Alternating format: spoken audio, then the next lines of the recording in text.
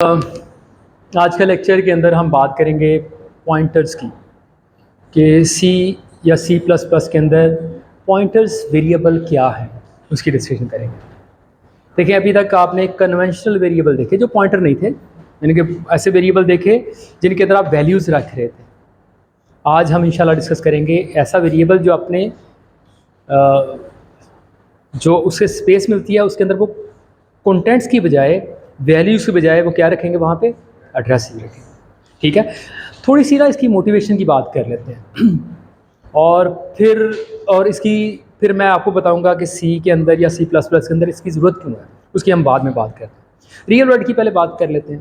देखें, जैसे real world के अंदर आपने ये बेतहाशा दफ़ा ऐसा कुछ मामला देखा, आप किसी इलाके में गए तो आप वहाँ पे गए, किसी दोस्त को आपने मिलना था। ठीक है, फॉर एग्जाम्पल मैं आप कहता हूँ उस दोस्त का नाम है मूसा, तो आप उसके घर के करीब किसी इलाके में खड़े हुए हैं, उसकी गली के करीब कर कहीं, तो आप किसी से पूछते हैं, अच्छा बताएं जी मूसा का घर कहाँ पे है, तो कोई बताने वाला आपको बता देगा जी इस जगह पे, ये वाली जो लोकेशन है ना, यहाँ मूसा रहता है। ठीक है, तो आपने मूसा को एक्सेस कर लिया, उसे बेल दी, उसे घर, और यानी मूसा से आपसे बात होगी। दूसरा तरीकाकार क्या है कि आप किसी को बताएं कि आप मुझे ये गली नंबर 8, इसके अंदर मकान नंबर जो 4 है ना, वो बताएं कहाँ करके है। तो अगेन जो बताने वाला है दोबारा से आपको उसी लोकेशन पे लेके जाएगा, बताएगा हाँ जी ये गली नंबर 8 है और ये जो घर है ना, ये 4 नंबर घर है। ठीक है, तो ये कहने का मतलब है इन दोनों तरीकाकार से आपने क्या किया, एक लोकेशन तक आप पहुंच पाए। ठीक है, ऐसे किसी ऑडिटोरियम में बैठे हैं, फॉर एग्जांपल ऐसे कुरा निकला, कुरा नामों का, कि इस ऑडिटोरियम में जितने लोग बैठे हैं जी, चले जी हम उसको ऐसे ही कोई नाम देना चाह रहे हैं, तो कुरा कैसे करके निकाल सकते हैं हम, बाई नेम। कि फॉर एग्जांपल जी दोबारा से नाम आ गया जी मूसा का, वैसे मूसा है कोई क्लास में?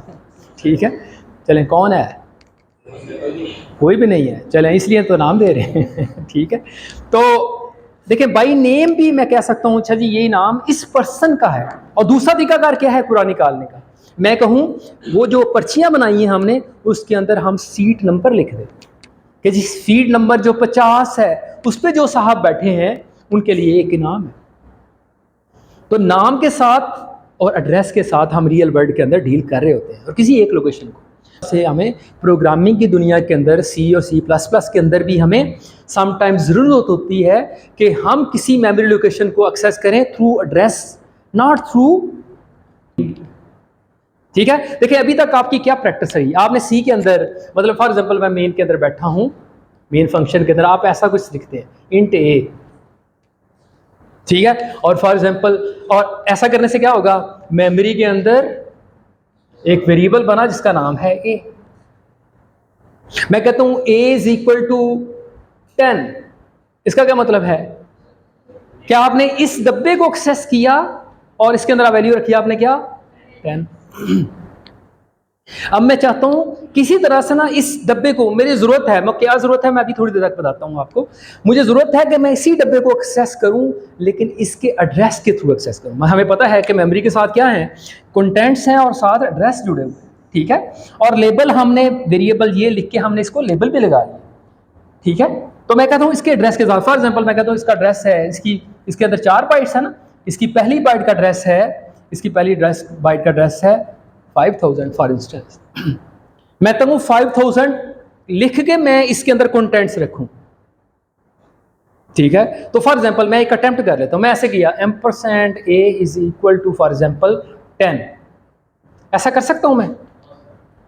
ठीक है, तो ऐसा करूंगा तो क्या होगा, एक एरर सा आएगा, प्रोग्राम कंपाइलर ही में एरर दे देगा। लेकिन हमारी ख्वाहिश कुछ ऐसी ही है कि ऐसा मैं कुछ करूं कि मैं एड्रेस के थ्रू उसको एक्सेस करूं। ठीक है, तो ऐसे ही एक अटैम्प्ट हमने की है, इसमें तो हम सक्सेसफुल नहीं। अभी हम आपको बताते हैं कि किस तरह की अटैम्प्ट आप करें तो आप सक्सेसफुल हो। ठीक है, अच्छा जी, अब इसकी ज़रूरत क्यों है, अब ज़रा हम उसकी पहले बात कर लेते हैं, फिर एक्चुअली वो सेंटेक्स देख लेंगे जिसमें हम किसी एड्रेस के थ्रू किसी मेमोरी लोकेशन के अंदर कंटेंट्स रख सकते हैं, उनको एक्सेस कर सकते हैं। ठीक है, उसके साथ कोई अर्थमेटिक ऑपरेशन परफॉर्म कर सकते हैं। अच्छा जी, अब ज़रूरत क्या है, ज़रूरत नंबर 1 मेरा ख्याल है उसको हमने देख लिया हुआ है। वो कौन सा मैकेनिज्म था या वो कौन सी जगह थी जहां हमने देखा, जी शाबाश, शाबाश। कॉल बाय रेफरेंस वो एक ऐसा मैकेनिज्म था जहां पे अगर पॉइंटर नोटेशन ना हो हमारे पास तो हम कभी भी कॉल बाय रेफरेंस वाला मैकेनिज्म इंप्लीमेंट ही ना कर पाए। ठीक है, तो एग्जांपल लास्टली आपको दिखाई थी, आज इंशाल्लाह दोबारा से हम देखें। एक तो एग्जांपल वो है। दूसरा, पॉइंटर के साथ और हमें क्या फ़ायदा होने वाला है और इसका क्या यूजेज है कि आपको एक अल्टरनेटिव नोटेशन मिल जाती है कि आप किसी भी अरे को मैनिपुलेट करना चाह रहे हैं तो एक आपने स्क्वायर ब्रैकेट के साथ एक्सेस कर रहे थे। तो अभी हम आपको बताएंगे स्क्वायर ब्रैकेट के अलावा एक और सिंटैक्स भी आप उससे भी आप साथ भी एक्सेस कर सकते हैं। ठीक है, दूसरा फ़ायदा इसका ये है। तीसरा फ़ायदा आप देखेंगे, जो भी डायनामिक मेमोरी एलोकेशन है वो चाहे एक वेरिएबल आपने डिक्लेयर करना हो या आपने जितने साइज की अरे यूज़र की ख्वाहिश के मुताबिक रन टाइम पे आप मेमोरी एलोकेशन करना चाहते हैं तो आप करवा सकते हैं। तो वो करवाने के लिए भी हर सूरत आपके पास ज़रूरी है आपके पास क्या हो, उसके पास आपके पास क्या हो, आपके पास पॉइंटर वेरिएबल। क्योंकि जो मेमोरी आप रिक्वेस्ट करेंगे सिस्टम से, ऑपरेटिंग सिस्टम से रिक्वेस्ट करेंगे, तो वो जो सिंटैक्स आप लिखेंगे उस सिंटैक्स के अंदर हर सूरत ज़रूरी है आपके पास क्या हो, कौन सा सिंटैक्स, कौन सी नोटेशन हो, पॉइंटर की नोटेशन। तो वहाँ भी पॉइंटर के बगैर आपका गुजारा नहीं है। ठीक है, ये बात समझ आ रही है। इंशाल्लाह अगले कोर्सेज के अंदर जैसे मैं इसी कोर्स के अंदर यानी कि हूप का जो कोर्स हम पढ़ने जा रहे हैं इसके अंदर आप देखेंगे इंशाल्लाह जब हम पॉलीमॉर्फिज्म की बात करेंगे, एक आइडिया है ऑब्जेक्ट ओरिएंटेशन के अंदर कि पॉलीमॉर्फिज्म को जब आपने इंप्लीमेंट करना है तो वहाँ अगर आपके पास पॉइंटर नहीं है ना तो C++ के अंदर आप पॉलीमॉर्फिज्म को अचीव नहीं कर सकते। इसके बाद अगले कोर्सेज के अंदर जैसे मैं कहूँ डाटा स्ट्रक्चर है, उसकी जब आप बात करेंगे ना तो वहाँ जो लिंक लिस्ट आपका आइडिया है, वहाँ आप ट्रीज बनाएंगे, डिफरेंट तरह के डाटा स्ट्रक्चर बनाएंगे, तो वहाँ भी अगर आपके पास को पॉइंटर नोटेशन का आइडिया नहीं है, ठीक है, तो देन अगेन आप कोई लिंक लिस्ट एस्टेब्लिश नहीं कर सकते C++ के अंदर। ठीक है, तो this very very important idea, please इसको बड़ी तवज्जो से आपने अंडरस्टैंड करना है। वेरी सिंपल, कुछ मुश्किल नहीं। ठीक है जी, ये बात समझ आ गई, थोड़ी मोटिवेशन समझ आ गई, नीति भी समझ आ गई। अब जरा हम देखते हैं कि हम कैसे एक पॉइंटर वेरिएबल डिक्लेयर करते हैं और कैसे उसके थ्रू किसी मेमोरी लोकेशन के कंटेंट्स को हम एक्सेस करते हैं। ठीक है, तो सिंटैक्स क्या है जरा हम उसको देखते हैं जी। आपने सिंपल क्या लिखना है, स्टेटमेंट आपने कैसे लिखनी है कि आपने लिखना है जी इंट, फॉर एग्जांपल किसी इंटीजर मेमोरी लोकेशन का एड्रेस, किसी इंटीजर मेमोरी लोकेशन को एड्रेस के थ्रू एक्सेस करना चाह रहे हैं। ठीक है, तो वो हम कैसे होगा तो वो अभी मैं आपको बताने लगा। ठीक है, तो उसके लिए आपको क्या करना होगा, और मैं पॉइंटर को यूज़ करके करना चाहूँगा, तो वो क्या होगा, आपको सिंटैक्स ये लिखना होगा, कोई वेरिएबल का नाम रख दें, मैं कहता हूँ फॉर एग्जाम्पल PTR, चलें PTR कर देते हैं, PTR इज़ ऐसा लिखूँ तो क्या है, ऐसा लिखूँ तो क्या है, एक वेरिएबल है, ठीक है, जिसका नाम PTR रखा है आपने, मेमोरी के अंदर एक वेरिएबल बन जाएगा जिसका नाम PTR है, दैट्स इट। उसके अंदर आप कोई भी वैल्यू रख सकते हैं, लेकिन अगर मैं इसके अंदर एड्रेस रखना चाहूँगा तो रखा सकूँगा नहीं, तो इसका मतलब है कोई एड्रेस रखने वाला वेरिएबल बनाने की जरूरत है। तो वो वेरिएबल कौन सा है, वो है पॉइंटर वेरिएबल। वो सिंटैक्स क्या होगा, यहाँ लिखना होगा क्या, जैसे ये लिखेंगे इसका मतलब है ये ऐसा वेरिएबल है जिसके अंदर क्या आएगा, एड्रेस। ये एड्रेस, इसके अंदर कंटेंट्स नहीं आएंगे, वैल्यूज नहीं आएगी, इसके अंदर क्या आएगा, एड्रेस आएगा, मेमोरी लोकेशन का एड्रेस। ठीक है, इसे पढ़ना कैसे है, इसे इस तरह से right to left, PTR is a pointer to an integer. PTR is a pointer, एक ऐसा पॉइंटर वेरिएबल है, एड्रेस कंटेन करने वाला वेरिएबल है जिसके अंदर एड्रेस आएगा, किस तरह का आएगा, किसी इंटीजर का, किसी इंटीजर वेरिएबल की स्टार्टिंग बाइट का एड्रेस आएगा। अगर मैं ऐसे लिखूं PTR इज अ, मैं तो दूसरा नाम रख दूं, PTR is a pointer to CHAR, इसका क्या मतलब है, PTR is a pointer variable जिसके अंदर एड्रेस आएगा किसी करैक्टर का। ठीक है, ये बात समझ आई, एंड सो ऑन, बाकी डाटा टाइप के साथ भी ऐसे ही। अच्छा जी, एक बात तो ये अच्छा, दूसरा, इसका ऐसा लिखने से मेमोरी के अंदर कितनी जगह बनेगी, ठीक है, it always depend on system architecture. अगर कहते हैं ना हमारा ये ऑपरेटिंग सिस्टम, ये सिस्टम जो है 32 बिट का है, तो इसका मतलब पता क्या है, उसके अंदर जो एड्रेस स्टोर करवाने के लिए आपको कितनी बिट्स चाहिए होंगी? 32 चाहिए होंगी। अगर मैं कहता हूँ ये सिस्टम जो है मेरा ये 64 बिट का है, इसका क्या मतलब है? उसके अंदर एड्रेस स्टोर करवाने के लिए मुझे कितनी नंबर ऑफ बिट्स चाहिए? 64। ये बात समझ आ रही है कि नहीं? इस बात को ऐसे थोड़ा सा जस्ट सारे लोग हम एक पेज पे आ जाए। मतलब फॉर एग्जांपल मैं कहता हूं मेरे पास सिर्फ 2 बाइट्स हैं, ठीक है, 2 बाइट्स हैं, इसे मैंने एड्रेस लगाना है, इसको ड्रेसिंग करनी है, इसको मैंने कहना है 0, इसको कहना है 1, ठीक है। तो उसके लिए मुझे कितनी नंबर ऑफ बिट्स चाहिए एड्रेस करने के लिए? जी शाबाश, कितनी बिट्स के साथ मैं इसे एड्रेस कर सकता हूँ? शाबाश, 1 के साथ। 1 बिट है, 1 बिट है, इसके अंदर मैं कह दूंगा 0 है, एक दूसरी बिट है अगेन 1 ही बिट है, उसको मैं कह दूंगा 1, ठीक है। तो 1 बिट के साथ मैं 2 मेमोरी लोकेशन को एक्सेस कर सकता हूं। ये मेरी बात समझ आ रही है? इसी तरह से मैं कहता हूं मेरे पास 4 बाइट्स हैं, कितनी नंबर ऑफ बिट्स चाहिए मुझे? शाबाश, कितनी? 2। क्यों? मुझे एड्रेस क्या करना है? 0 0 0 1 1 0 और 1 1। तो कितनी बिट्स चाहिए मुझे? कितनी चाहिए? 2। यानी कहने का मतलब क्या? 2 की पावर, देखें पहले वाले केस के अंदर 2 की पावर 1 के साथ में कितनी नंबर ऑफ, 1 बिट के साथ कितनी नंबर ऑफ बाइट्स को मैं मेमोरी एड्रेस कर सकता था? वो कितनी है? 2। इसी तरह से 2 की पावर 2 बाइट्स के साथ मैं कितनी नंबर ऑफ मेमोरी लोकेशन को एक्सेस कर पाया? 4 एंड सो ऑन। और अगर मैं कहता हूं 2 की पावर, हाँ जी, अगर मैं कहता हूँ 3 एंड सो, समझ तो आपकी आपको, इससे मतलब क्या है? 2 की पावर 32, ये एक बहुत बड़ा नंबर, इतनी नंबर ऑफ बाइट्स को आप, मैं कहता हूँ 2 की पावर 64, इसका मतलब इतनी नंबर ऑफ बाइट्स को आपने एड्रेस कर लिया। ये बात समझ आ रही है? तो 64 बिट सिस्टम जो है वो 64 बिट्स लेता है, 32 बिट सिस्टम जो है वो 32 बिट्स। तो इसके लिए इसका मतलब है डिपेंड आर्किटेक्चर पे, सिस्टम आर्किटेक्चर पे कि कितना इसका कितना साइज होगा। लेकिन हम अपनी एग्जांपल के तौर पे हम समझते हैं 4 बाइट्स का, ठीक है।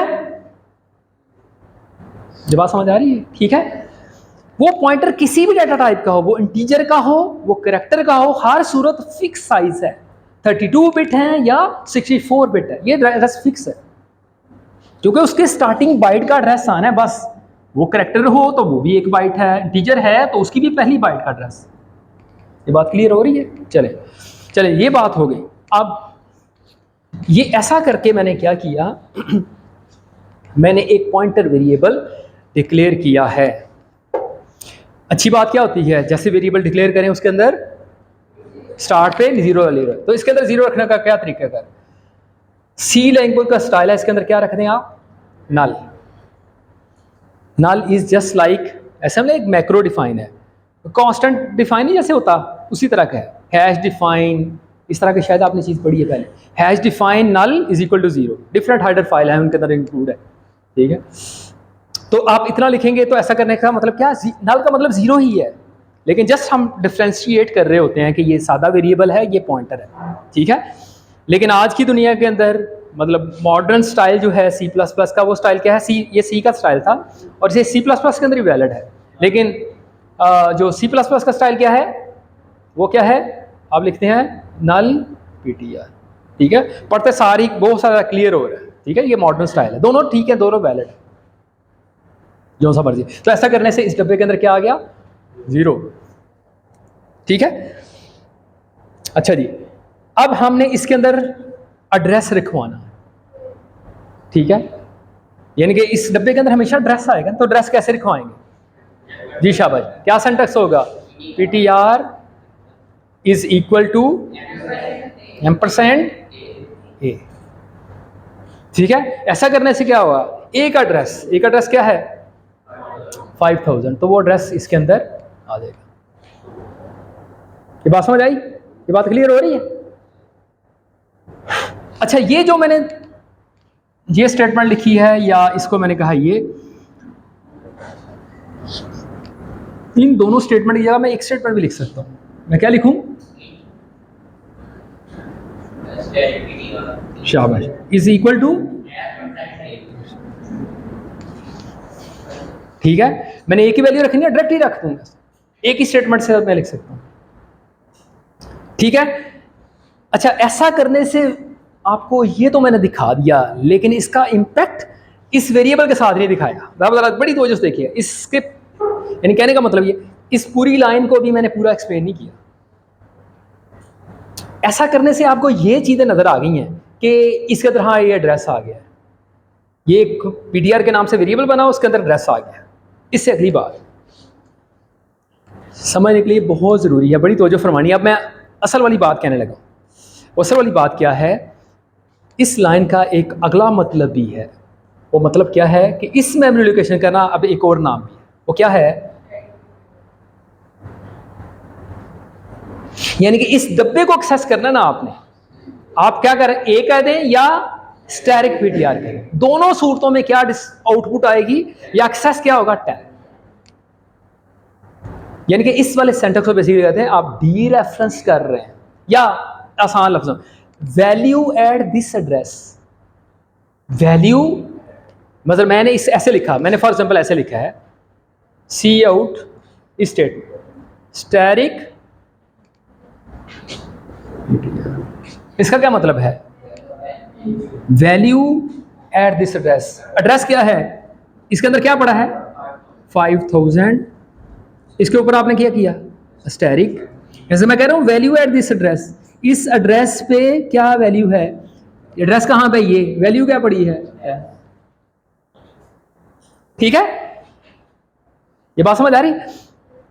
तो कहने का मतलब यह है कि इस तरह से भी आप ए वाले डब्बे को एक्सेस कर रहे हैं। अगर आपको ये मेरी बात मुश्किल लग रही हो तो आप सिर्फ ये बात ध्यान में रखें कि अब इस डब्बे का दूसरा नाम क्या है, स्टैटिक रिपीट। अब अब अगली बात बड़ी तवज्जो से, यहां तक कोई सवाल नहीं, ये बात समझ आ गई, ये बात समझ आ, इसमें कोई सवाल तो नहीं। अब अच्छा जी, अब जो भी ऑपरेशन, जिसी तरह का भी एक्सप्रेशन आप ए वेरिएबल के साथ लिख रहे थे ना, अब वही सारे एक्सप्रेशन आप किसके साथ लिख सकते हैं, स्टैटिक पीटीआर के साथ। फॉर एग्जाम्पल जैसे मैं कहूं, आपने लिखा a is equal to a plus 1, या आपने लिखा a प्लस प्लस, बिल्कुल आप ये सारा काम किसके साथ कर सकते हैं, स्टैटिक पीटीआर। मतलब मैं ये करना चाह रहा हूं, आप ये लिखे, आपने लिखा static is equal to PTR static plus 1। ऐसा करने से क्या हुआ, ये कहां चेंज हो रही है, स्टैटिक पीटीआर किस मेमोरी लोकेशन का नाम है, इसी का तो दूसरा नाम ये है। ऐसा करूंगा तो क्या वैल्यू आएगी जी फातिमा,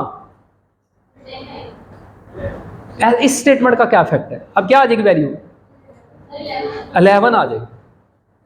ठीक है, कि वैल्यू एट दिस एड्रेस, क्या वैल्यू पड़ी है 10, उसके अंदर 1 ऐड करें और वापस इसी के अंदर एडिशन आप कर सकते हैं। मैं कहूं मल्टीप्लाई कर दें, आप मल्टीप्लाई कर सकते हैं। मैं कहूं डिवाइड कर दें, आप डिवाइड कर सकते हैं।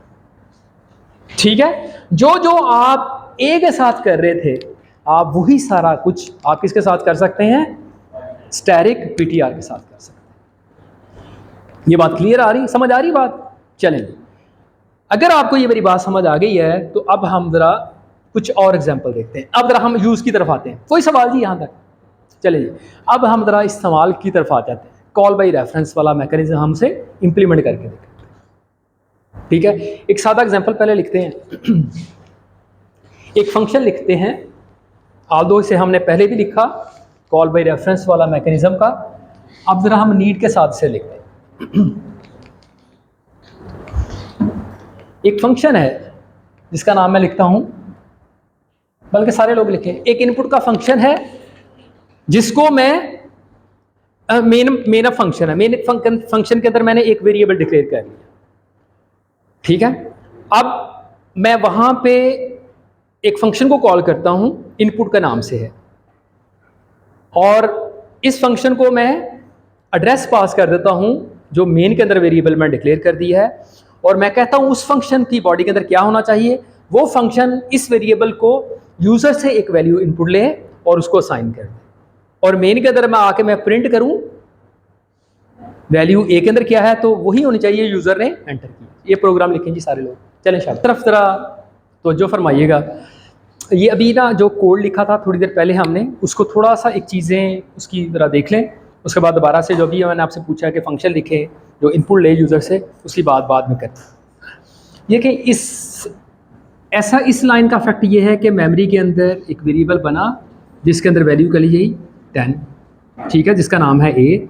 ये 4 बाइट्स का एक वेरिएबल है, ठीक है। फॉर एग्जांपल मैं उसकी पहली बाइट का कह देता हूँ एड्रेस है 5000।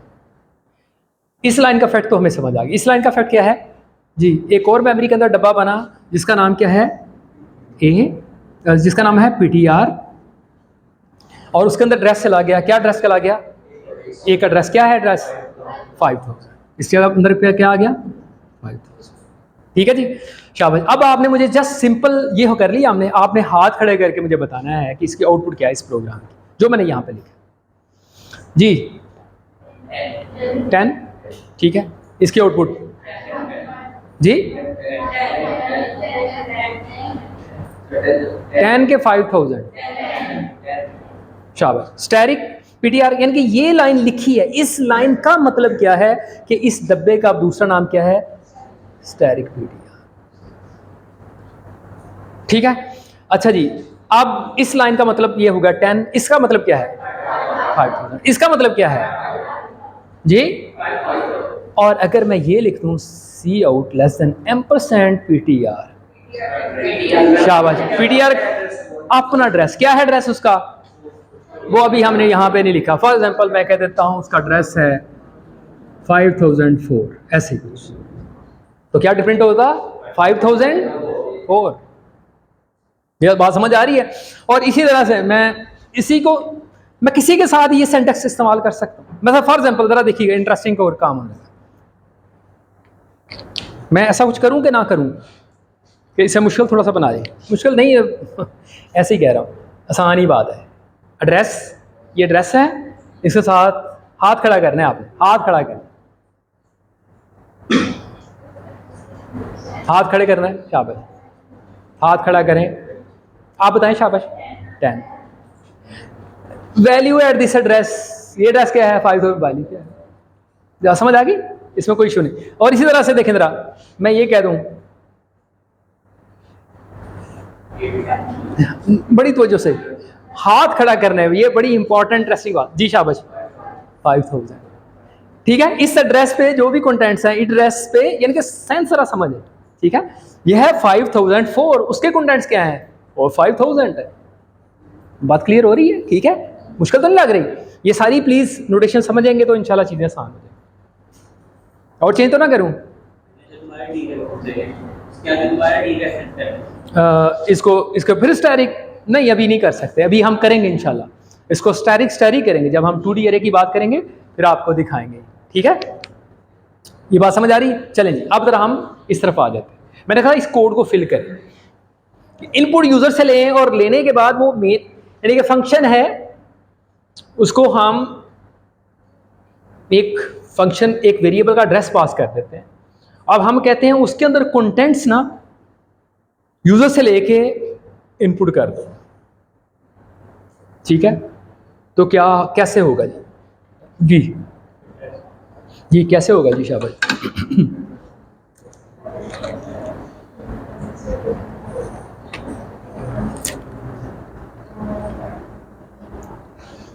जी क्या किया आपने? देखें जरा, सारा फंक्शन कॉलिंग का मैकेनिज्म पूरा देख लेते हैं। बड़ी तवज्जो फरमानी है आपने।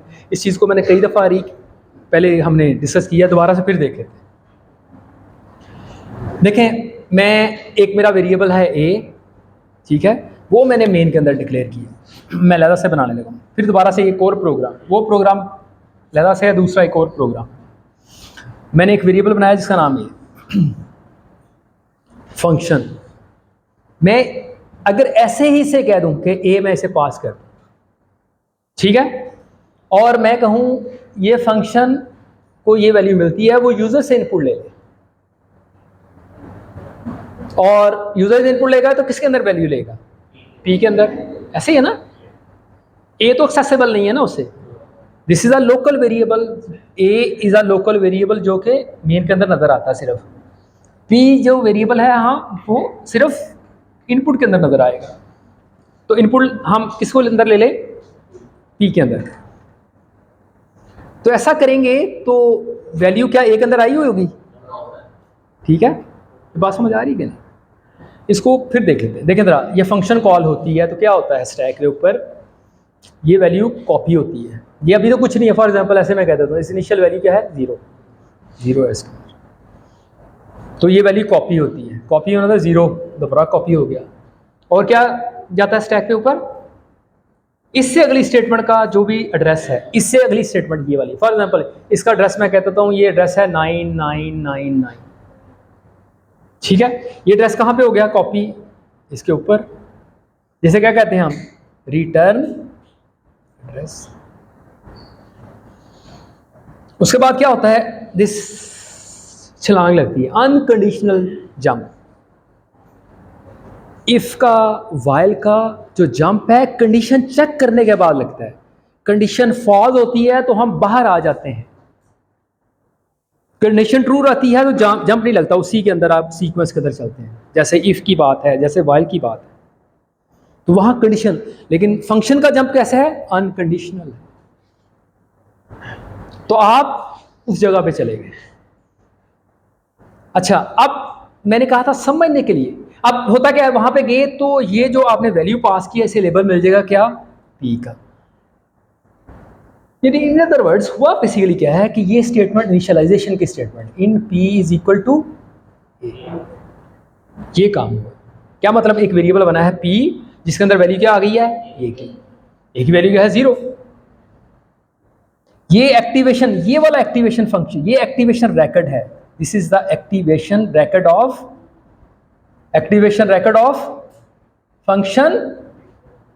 कौन सा वाला फंक्शन, इनपुट। अब इसकी बॉडी के अंदर आए आपने इनपुट लिया यूजर से, चले मैं यहां हार्ड कोड करता हूं ऐसे, आप लीजिए p is equal to 10 for example. ये वैल्यू किसके वेरिएबल के अंदर गई जी, क्या a के अंदर गई, नो, ये तो p के अंदर गई है, ठीक है। तो p की वैल्यू क्या हो गई है 10। जैसे ही हम उस फंक्शन की क्लोजिंग ब्रैकेट या यहां रिटर्न स्टेटमेंट पे आते हैं तो क्या होता है, शाबाश, इस फंक्शन का जो एक्टिवेशन रैकेट है वो सारा का सारा क्या हो जाता है, डिस्कार्ड हो जाता है, ठीक है। कहने का मतलब ये है कि जब हम मेन के अंदर आएंगे ना, कैसे, इस स्टेटमेंट का मतलब है इस फंक्शन के एक्टिवेशन रैकेट के अंदर देखो रिटर्न एड्रेस क्या है, उस जगह पे छलांग लगा दो और एट द सेम टाइम सब कुछ जो है वो क्या कर दो, स्टैक से ख़त्म कर दो। तो ऐसा करने के बाद जैसे ही हम मेन के अंदर इस लाइन पे आए तो सी आउट क्या होगा, ठीक है ना, क्या नजर आ रहा है, ए के अंदर तो 0 है। लेकिन हमारी ख्वाहिश क्या है कि इनपुट हम लें तो यूजर जो इनपुट करे ना, या हम उस फंक्शन के अंदर जो इनपुट दें मेन के अंदर भी उसका इफेक्ट नजर आए, वो फंक्शन इस वेरिएबल को एडिट करने की सलाहियत रखे, इसको चेंज कर सके, ठीक है। तो फिर क्या करने की जरूरत है, ठीक है, तो कॉल बाई रेफरेंस वाले आईडी को भेजने। क्या मतलब, यहां पे पास करें क्या, देखें जरा क्या चेंज करने की जरूरत है, वेरी सिंपल आइडिया, यहां लिखें क्या 1% और इस जगह पे क्या करते हैं स्टैरिक। तो अब ये स्टेटमेंट क्या हो जाएगी, ये देखें जरा, ये स्टेटमेंट क्या है जो आपने मेन के अंदर थोड़ी देर पहले लिखी है, क्या, p asterisk is equal to %, ठीक है। यानी कि अब ये फंक्शन जो है a को चेंज करने की सलाहियत रखता है। मैंने यहां पे लिखा, देखें जरा, अब यानी कि इस स्टेटमेंट के बाद अब समझे कि मेन के अंदर जो भी वेरिएबल है इस एड्रेस पे, अब उसका एक दूसरा नाम भी है, वो दूसरा नाम क्या हो गया, क्या नाम हो गया, स्टैरिक p, ठीक है। अब यहां पे आके हम लिखते हैं asterisk p is equal to this one. तो ऐसा करने से क्या होगा, ए के अंदर क्या वैल्यू आ जाएगी, यहां पे वैल्यू आ जाएगी 10। यूजर से इनपुट लेंगे और लिखेंगे p स्टैरिक, यहां से यूजर से आपने ऐसे करके इनपुट लेंगे, सी in greater than p asterisk. तो ये वैल्यू बेसिकली कहां पे चली जाएगी, वैल्यू एट दिस एड्रेस, ठीक है, वो क्या चली गई 10। तो 10 कहां पे आ जाएगा, इस जगह पे आ जाएगा। ये एक्टिवेशन रैकेट इसका बना हुआ है, लेकिन जैसे ही आप उस फंक्शन से, यानी कि फंक्शन कॉल के दरमियान वो अगेन वही जो भी मैंने थोड़ी देर पहले दिखा है, दोबारा से चले देखें, यानी कि इस स्टेटमेंट का इफेक्ट क्या होगा कि अब आप एड्रेस कॉपी कर रहे हैं, पहले तो जीरो वैल्यू कॉपी कर रहे थे एड्रेस रिटर्न। फॉर एग्जांपल इसका मैं कहता हूँ एड्रेस है 5000 इसकी पहली बाइट का, तो यहाँ पे क्या कॉपी हुआ 5000 और क्या रिटर्न एड्रेस, ठीक है। फॉर एग्जांपल वो है 999, ये रिटर्न एड्रेस। छलांग लगी तो इनिशियलाइजेशन वाला एस्पेक्ट, इस लेबल को क्या, इस वाले डब्बे को क्या नाम मिल गया पी, ठीक है। इस डब्बे के अंदर आके हम, जैसे मैं इसके अंदर आ रहा हूं तो इसका मतलब क्या है कि ये इस वेरिएबल का दूसरा नाम क्या है पी स्टैक, तो यही बात बताइए ना आपको। अब उससे जैसे देखें दोबारा से, ये क्लोजिंग स्टेटमेंट जब एग्जीक्यूट होगी इसका क्या मतलब है, इस फंक्शन का जो एक्टिवेशन रैकेट है वो सारा का सारा डिस्कार्ड हो गया, तो वो कर दें डिस्कार्ड, ये सारा डिस्कार्ड हो गया। मेन के अंदर आप आए, सी आउट करें ए, क्या आउटपुट आएगी 10। ये समझ आ रही बात, this is actually use of pointer variables. तो यहां अगर हमारे पास पॉइंटर वेरिएबल ना हो तो क्या हम कॉल बाय रेफरेंस को इंप्लीमेंट कर सकते हैं? नो। इसकी पावर नजर आ रही है आपको? ठीक है जी, चलें एक और प्रोग्राम लिखते हैं। चलें, प्रोग्राम क्या है,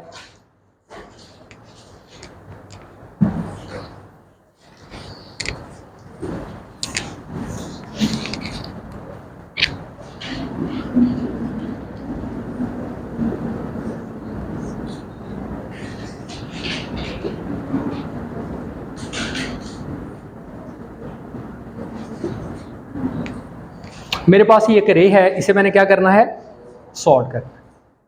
कहने का मतलब है सॉर्टिंग के बाद इसके अंदर क्या वैल्यू आनी चाहिए, इसके अंदर क्या वैल्यू आनी चाहिए असेंडिंग ऑर्डर के अंदर।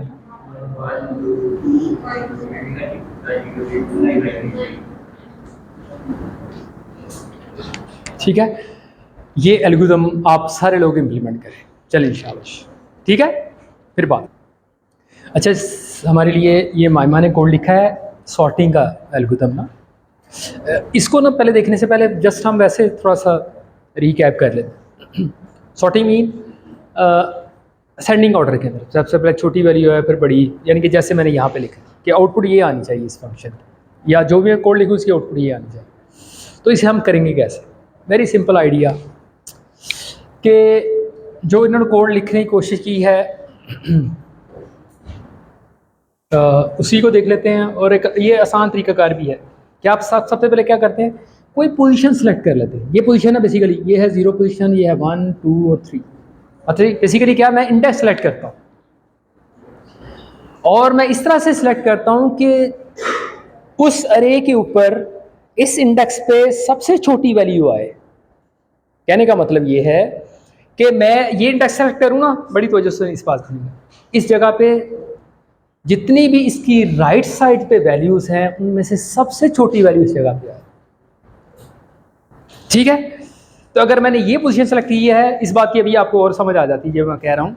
ये मैंने पोजीशन सेलेक्ट की है, ये है 0, इस पे अंदर राइट साइड पे जितनी भी वैल्यू है इंक्लूडिंग दिस वैल्यू, सबसे छोटी वैल्यू इस जगह पे आनी चाहिए। तो वो कैसे आएगी, क्या करने की जरूरत है, हम इस पोजीशन पे जो वैल्यू पड़ी है उसको कंपेयर करेंगे। यानी कि पोजीशन पहले सेट करनी, पोजीशन पे वैल्यू बदलती रहेंगी, लेकिन आपने इस पोजीशन को नहीं छोड़ना। सॉरी,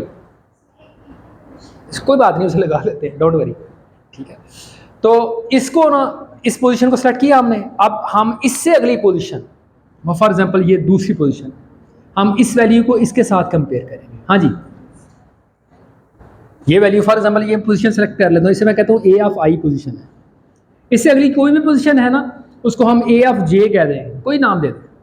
ठीक है, इसको मैं कंपेयर करता हूँ ए ऑफ, इस वाली पोजीशन को कहता हूँ ये ए ऑफ जे है। इसके साथ मुझे क्या करना है, कंपेयर करना है।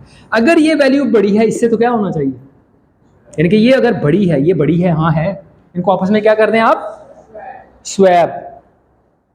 ठीक है, इसको आपस में इंटरचेंज कर दें। तो स्वैपिंग का एल्गोरिथम क्या, वो इस्तेमाल करने की जरूरत है। जैसे कि चले मैं यहाँ मैं लिखता हूँ, ऐसे ही दो बॉक्सेस हैं, दो बाल्टियाँ हैं, उनके कंटेंट्स आपस में मुझे क्या करना है इंटरचेंज करना। तो क्या करने की ज़रूरत होती है, दो बाल्टियाँ हैं, एक के अंदर वाटर है जो काले रंग का है, दूसरी बाल्टी है उसके अंदर दोबारा से वाटर है जो कि रेड कलर का है।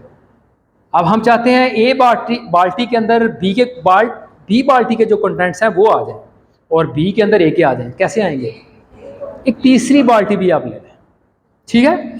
तो उसको लेंगे तो फिर तो यानी कहने का मतलब क्या है, जस्ट लाइक आपने एक वेरिएबल ले लिया, ये तीसरी एक बाल्टी, उसके अंदर एक बाल्टी के कंटेंट्स उठा के डाल दें, जो मैंने ए को उठा, अब ए ऑफ आई के अंदर डाल दें किसके कंटेंट्स, ए ऑफ जे के, जो दूसरी वाली बाल्टी थी।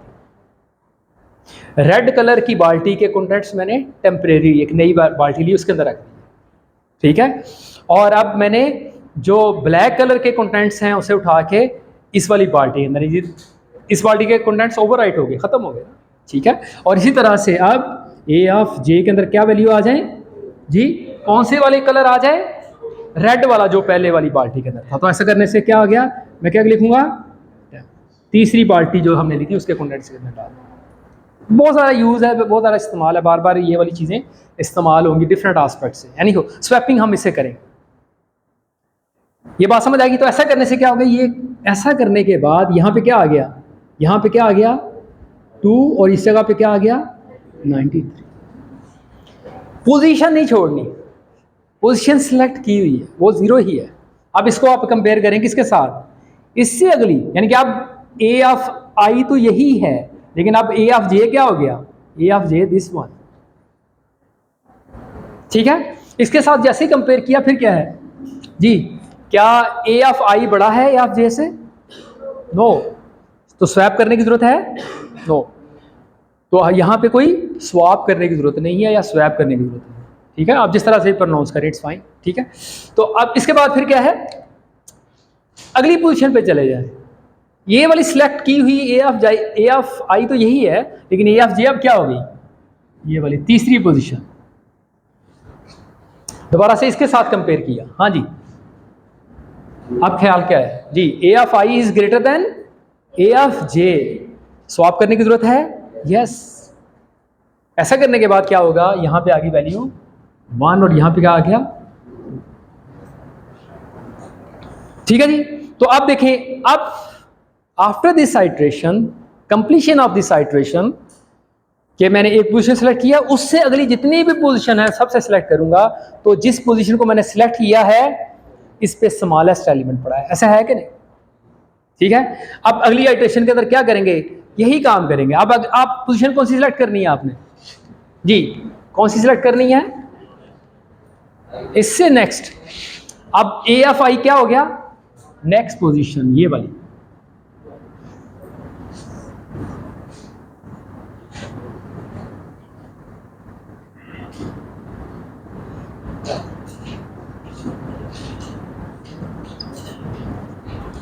जी।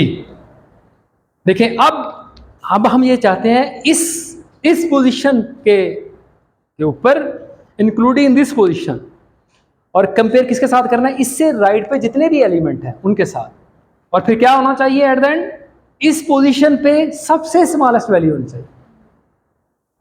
कहने का मतलब है जब आप दूसरी पोजीशन पे आते हैं तो लेफ्ट साइड पे पड़ी हुई वैल्यू को आप बॉदर करने की जरूरत नहीं है, क्योंकि वहां पे तो सॉर्टेड वैल्यू ऑलरेडी पड़ी है, ठीक है। ये बात समझ आ रही है, ठीक है। उससे अगली पोजीशन के बारे में सोचना है। तो यहाँ पे जब आप करेंगे दोबारा से इस वाली वैल्यू को कंपेयर करेंगे, अब ए ऑफ जे ये वाली वैल्यू होगी इनिशियली, इसके साथ कंपेयर किया, हाँ जी, स्वैप होना चाहिए, यस। ऐसा करेंगे तो यहाँ आ जाएगा 32 और यहाँ पे आ जाएगा 93। फिर दोबारा से इस पोजीशन पे पड़े हुए कंटेंट्स को कंपेयर करना है किसके साथ, उससे अगले, हाँ जी, स्वैप होगी वैल्यू, यस। यहाँ पे आ गया 2 और यहाँ पे क्या आ गया 32। तो उसके बाद आपके पास अरे जो बनेगी दूसरी आइट्रेशन के बाद, वहां पे क्या वैल्यू आ जाएंगी, ये जो आपको नजर आ रही है, क्या 1 2 93 और 32। अब देखें, इस पोजीशन जब आपने सेकंड पोजीशन सेलेक्ट की, वहां पे जो वैल्यू है सबसे स्मॉलेस्ट है और उसके लेफ्ट साइड पे ऑलरेडी सॉर्टेड वैल्यू पड़ी है,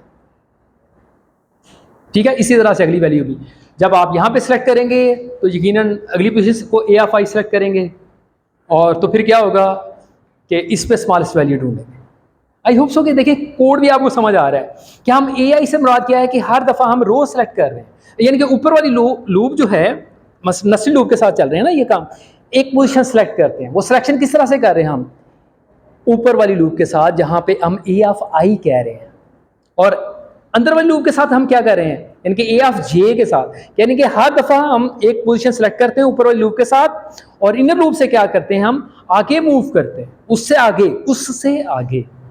तो यही काम हमने यहाँ हमारे लिए नाम भूल गया हूँ मैं, उन्होंने हमारे लिए ये किया है, ठीक है, उन्होंने ऐसे किया है। देखिए ये तो पॉपुलेट किया रे, इनपुट ले गया यूजर से, और यहाँ पे बेसिकली उन्होंने किया है, यहाँ से हम ये पोजीशन सिलेक्शन वाली के लिए ऊपर वाली लूप है, इनर वाली लूप जो है वो आगे स्मॉलेस्ट वाली में ढूंढने के लिए, क्या इससे आगे जितनी भी पोजीशन है उनसे, यानी कि I is equal to J is equal to I plus 1, यही कर रहे थे ना हम। इस पोजीशन पे अगर हैं तो इससे अगली पोजीशन पे हम देखें एलिमेंट और फिर हम इससे कंपेयर करें, तो यही काम यहाँ पे किया है इन्होंने, और साइज तो यही है, एंड तक जाना है। और यहाँ पे एक चीज़ थोड़ी मिसिंग से हो गई, वो क्या जी, क्या थी कि स्वैप करने से पहले हमने क्या करना है, एक कंडीशन दिया है, इफ वो जो अभी हमने देखी A of I is greater then A of J, ठीक है जी, ये बात समझ आ गई। तो बाकी ये कोड चलेगा तो आफ्टर एग्जीक्यूटिंग दिस ब्लॉक, तो जब उसके बाद हम ये वाली लूप चलाएंगे तो यहाँ पे हमारी ये रे क्या होगी, सॉर्टेड होगी, जैसे आपको यहाँ पे नजर आ रही है, ठीक है जी, बात समझ आ गई। चलें जी, अब इस प्रोग्राम के अंदर हम ये जो सेट ऑफ स्टेटमेंट, देखिए ये आपने कोड जो है भले मेन के अंदर लिखा या अलग से एक फंक्शन बनाया जिसका नाम सॉर्ट फंक्शन है, मैं कहता हूँ उस फंक्शन के अंदर भी, मतलब मैं किसी भी फंक्शन के अंदर जो हमने लिखा है उसके अंदर भी हम किसी और फंक्शन को कॉल कर सकते हैं। मैं कहता हूँ एक फंक्शन बनाए जिसका नाम हो स्वैप, वो क्या करे, वो दो वैल्यू आपसे ले और उन वैल्यू को क्या करते आप, उनको क्या करते आपस में चले स्वैप कर लिखेंगे वो फंक्शन शाबाश। यानी कि मैं एक फंक्शन बनाऊं जिसका नाम है स्वैप, उससे मैं दो वैल्यू पास करूं तो उनको आपस में स्वैप कर जी, यूजिंग थर्ड वेरिएबल। यकीनन कोड लिखा है मिसबा ने ना स्वैप करने, मेन को जस्ट उन्होंने ऐसे ही दो वैल्यू दी हैं और कहा है, देखा है कि ये फंक्शन जो है ये दोनों वैल्यू को स्वैप कर देता है कि नहीं, यानी कि आउटपुट इसके बाद क्या आनी चाहिए, यहाँ मैं आउटपुट करूँ A1, तो या हम हार्ड कोड कर देते हैं वैल्यू, यूजर से नहीं लेते, यहाँ मैं लिख देता हूँ फॉर एग्जांपल A की value A1 is equal to 10 for instance, और B1 is equal to 20 for instance, ठीक है, और फिर मैं इस फंक्शन को कॉल करता हूँ, ठीक है। तो शाबाश, हाथ खड़ा करें, इसका क्या मतलब, मैं इसके बाद ये करने के बाद फंक्शन को कॉल करने के बाद यहाँ मैं डिस्प्ले करा देता हूँ किसको, A1 को, और तो क्या आउटपुट आएगी, उन्हें तो हमने स्वैप कर दिया, स्वैप नहीं हुआ। चलिए जी देख लेते हैं। देखिए इस लाइन का इफेक्ट क्या है, दो वेरिएबल बने, मैं जल्दी से बना लेगा तस्वीर को, तस्वीर ज़रूर बनानी है, मेमोरी में जब आपने बनाना है तो आपके दिमाग की जो मेमोरी है उसके अंदर इमेज बनेगा, ठीक है, प्लीज़। इस लाइन का इफेक्ट है दो वेरिएबल बने, एक का नाम क्या है A1, दूसरे का नाम है, वैल्यू रख दी यहाँ पे 10, यहाँ पे 20, फंक्शन कॉल, हाँ जी, उसका इम्पैक्ट बना दो, चले बना देते हैं, कर रहे हैं सारा कुछ कर लेते हैं। हाँ जी, दो वेरिएबल स्टैक पे पुश हुए, मैं कोई भी तरतीब रख दूँ लेकिन कंपाइलर तरतीब रखते हैं, मैं इसकी रख देता हूँ A1 की वैल्यू पहले कॉपी हुई और दूसरा B1 की वैल्यू बाद में कॉपी हुई, और फिर अगला काम क्या होता है, और क्या होता है, रिटर्न एड्रेस। फॉर एग्जांपल इससे अगली स्टेटमेंट, अगला काम क्या है, आउटपुट कराना, आउटपुट कराने का फॉर एग्जांपल मैं एड्रेस कह देता हूँ 9999 है, ठीक है, तो वो रिटर्न एड्रेस यहाँ पे चला है, this is a return address.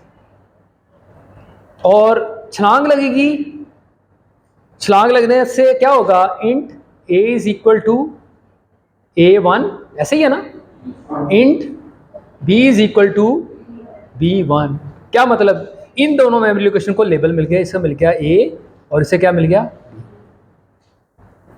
ये पूरा क्या बन गया है, एक्टिवेशन रैकेट बन रहा है। किसका किसका, यहां से लेके ऑनवर्ड, किसका, किस फंक्शन का, जिसका नाम क्या है, स्वैप। उसकी बॉडी के अंदर आए तो एक और वेरिएबल बना दिया आपने जिसका नाम क्या है, टेम्प। उसकी बॉडी के अंदर आके आपने क्या किया है, स्वैप वाला कोड लिख दिया। ऐसा करने से क्या हुआ कि आपने टेम्प के अंदर सबसे पहले ए की वैल्यू रखी है, ए की वैल्यू उठाई, वो 10 यहां रख दिया। इस स्टेटमेंट का इफेक्ट ये है। अगली स्टेटमेंट का इफेक्ट क्या है, बी की वैल्यू उठाई आपने और ए के अंदर रख दी, यानी कि यहां पे वैल्यू क्या हो गई, 20। तीसरी स्टेटमेंट का क्या इफेक्ट है कि बी के अंदर वैल्यू रख दी आपने किसकी, टेम्प की, तो यहां पे क्या वैल्यू हो गई, 10। ठीक होगी बात। उसके बाद क्लोजिंग ब्रैकेट। अच्छा, कई स्टूडेंट लिखे ना रिटर्न स्टेटमेंट, दो रिटर्न स्टेटमेंट, रिटर्न ए रिटर्न बी। देखिए रिटर्न के साथ सिर्फ एक वेरिएबल ही आप C++ के अंदर रिटर्न करवा सकते हैं, एक से ज़्यादा वेरिएबल क्या हम रिटर्न करवा सकते हैं, एक ख़ास तरह से करवा सकते हैं। वो आइडिया है ऑब्जेक्ट्स का, जो कि इंशाल्लाह हम इस कोर्स के अंदर पढ़ेंगे। क्या आप बहुत ज़्यादा वेरिएबल्स जो हैं एक ही डब्बे के अंदर डालें और रिटर्न करवा दें, लेकिन डब्बा एक हो, ठीक है, एक बड़ा वेरिएबल बना दें अपनी मर्जी का और उसके अंदर रिटर्न। वो कैसे करेंगे इंशाल्लाह वो आपको बताएंगे, ठीक है। जो प्रिमिटिव टाइप की हम बात करते हैं, जो बिल्ट इन हमें मिलती हैं, इंट, फ्लोट, डबल, वो हम एक ही रिटर्न करवा सकते हैं, ठीक है। तो हम आप ये क्लोज स्टेटमेंट चलेगी तो ये क्या होगा, जो कुछ भी इस फंक्शन का एक्टिवेशन रिकॉर्ड है वो सारा कुछ क्या होगा, डिस्कार्ड। डिस्कार्ड करेंगे तो क्या होगा, ये सब कुछ गायब। मेन के अंदर आए हम, इस जगह पे आना ना, ठीक है, इस जगह पे आना। अब डिस्प्ले करेंगे क्या, सॉरी, ओहो, ये तो रिटर्न स्टेटमेंट नहीं कर, रिटर्न तो किया ही कुछ नहीं है यहाँ पे, आपने रिटर्न नहीं किया, तो मैं अस्यूम करता हूँ यहाँ वाइड है, तो सी आउट के साथ लिखने की जरूरत नहीं है, सी आउट के साथ लिखने की जरूरत नहीं है। तो रिटर्न एड्रेस किसका होगा, इससे अगले काम का। इसका अगला काम क्या है कि सी आउट कराना, यानी कि ये वाली स्टेटमेंट 99 ये एड्रेस है। तो यहाँ आउटपुट क्या आएगी जी, क्या आएगा, A1 के अंदर जो पड़ा है। देखिए स्वैप जो हुआ वो A और B के अंदर हुआ, A1 और B1 के अंदर नहीं हुआ। तो इस वजह से आउटपुट क्या आ गई है, 10 और 20। लेकिन हम ऐसा नहीं चाहते, हम चाहते हैं क्या हो, A और B के अंदर। तो फिर क्या करने की जरूरत है, ठीक है, कॉल बाई रेफरेंस। क्या मतलब, यहां पे आप करें क्या, एड्रेस पास करें और यहां क्या लिखें, इसके साथ स्टैरी डाल। ऐसा करने का क्या इफेक्ट होगा आप जरा देखिए। फिर बना लें जी ये तस्वीर, हका बनाएं कि ना बनाएं, ना बनाएं, बोर हो गए हैं ठीक है। ऐसा करने से चलें ये तस्वीर, ये वाला देख लें, इनिशियलाइजेशन की स्टेटमेंट क्या मतलब कि अब A1 का दूसरा नाम क्या है, A1 का अब दूसरा नाम क्या है, इस डब्बे के, इस मेमोरी, इस फंक्शन की बॉडी के अंदर A का दूसरा नाम क्या है जी, A स्टैरिक, और B का दूसरा नाम क्या है, B स्टैरिक। अब जो भी आपने यहां पे देखा जरा, और यहां पे आप क्या करने की जरूरत है, आप A स्टैरिक,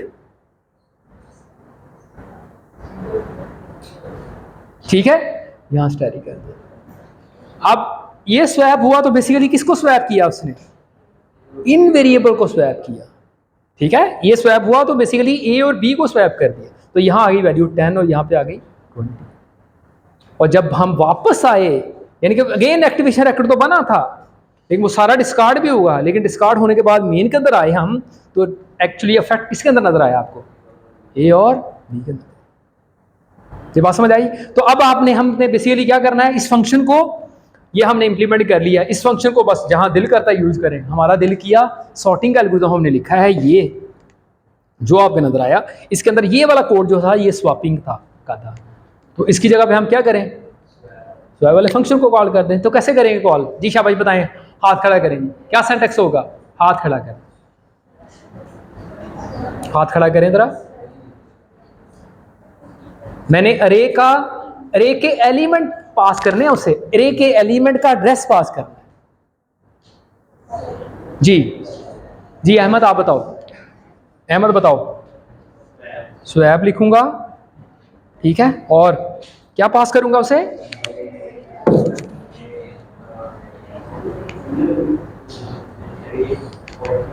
अच्छा ये बात ध्यान में रखनी है, ये जो हमने इफ कंडीशन डाली है, ये इफ कंडीशन ऐसे ही इस जगह पे आएगी, और इफ कंडीशन की बॉडी के अंदर हम लिखेंगे स्वैप को कॉल करेंगे। जी शाबाश, स्वैप, चले मैं जी स्वैप, जी एड्रेस पास करना है जिन कंटेंट्स को आप स्वैप करना चाह रहे हैं। तो हम करना चाह रहे थे ए ऑफ आई और ए ऑफ जे के कंटेंट्स, तो इनके एड्रेसेस पास कर दें। शाबाश, बिल्कुल ठीक। तो ये फंक्शन कॉल हो, किसको कॉल करेंगे, इसी को कॉल करें। पहले भी एड्रेस पास कर रहे थे, पहले दो वेरिएबल थे अलग से, अब ये अरे के दो वेरिएबल्स हैं और कुछ भी नहीं। नहीं,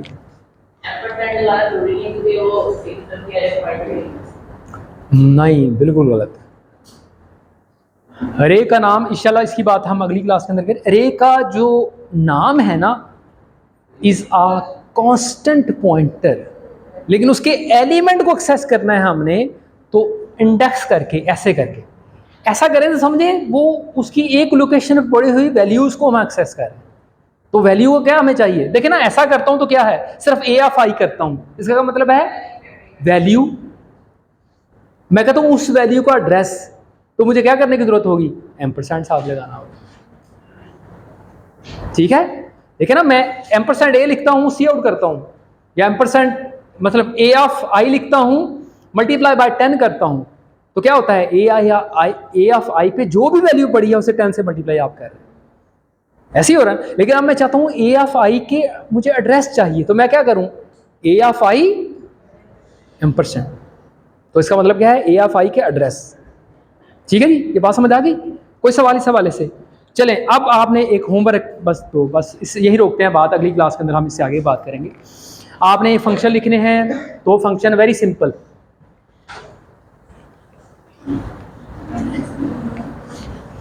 एक फंक्शन है, मैं उसे, ये मेरा मेन फंक्शन है, मैंने एक वेरिएबल बनाया है char, ch के नाम से, ठीक है। उसके अंदर यूजर से मैं इनपुट ले लूं या खुद हार्ड कोड कर दूं, ऐसे मैंने रखा है क्या, यूजर। और अब मैं उसे कॉल करता हूं, उसका नाम है टू लोअर, ये आपने फिल करना है, मैं बहुत समझ आ गई हो। यहाँ पे है वाइड टू लोअर, ये आपने फिल करना है, और इसकी बॉडी भी आपने फिल करनी है। क्या मतलब है, सी आउट करूँ यहाँ पे मैं क्या, सी एच, तो आउटपुट क्या आनी चाहिए, क्या आउटपुट क्या आनी चाहिए, स्मॉल। ठीक है, इसी तरह से टू अपर, इसको कॉल करूं, एक और फंक्शन लिख दें जिसका नाम है वाइड टू अपर, इसकी बॉडी के अंदर मैं कोड लिखूंगा, वो क्या होगा वो आपने लिखना है। कहने का मतलब है, यहां आगे लिखूं C out, C H for instance, दोबारा से आउटपुट क्या आनी चाहिए, ए। ठीक है, वेरी सिंपल, कई लोगों ने तो अभी कर भी लिया। तो इंशाल्लाह अगली क्लास के अंदर हम पॉइंटर नोटेशन को यूज़ करके कैसे हम अरे को एक्सेस करते हैं, और पॉइंटर की हम पावर देखेंगे वहाँ पे कि कौन कौन से ऑपरेशन जो है हम पॉइंटर नोटेशन के साथ परफॉर्म करते हैं, और फिर डायनामिक मेमोरी एलोकेशन हम कैसे करवाते हैं। ये बात इंशाल्लाह अगली क्लास के अंदर करेंगे। तो यहाँ कोई सवाल है तो कर लें जी, कोई सवाल, ठीक है, चलें जी, आज का लेक्चर यही मांडा।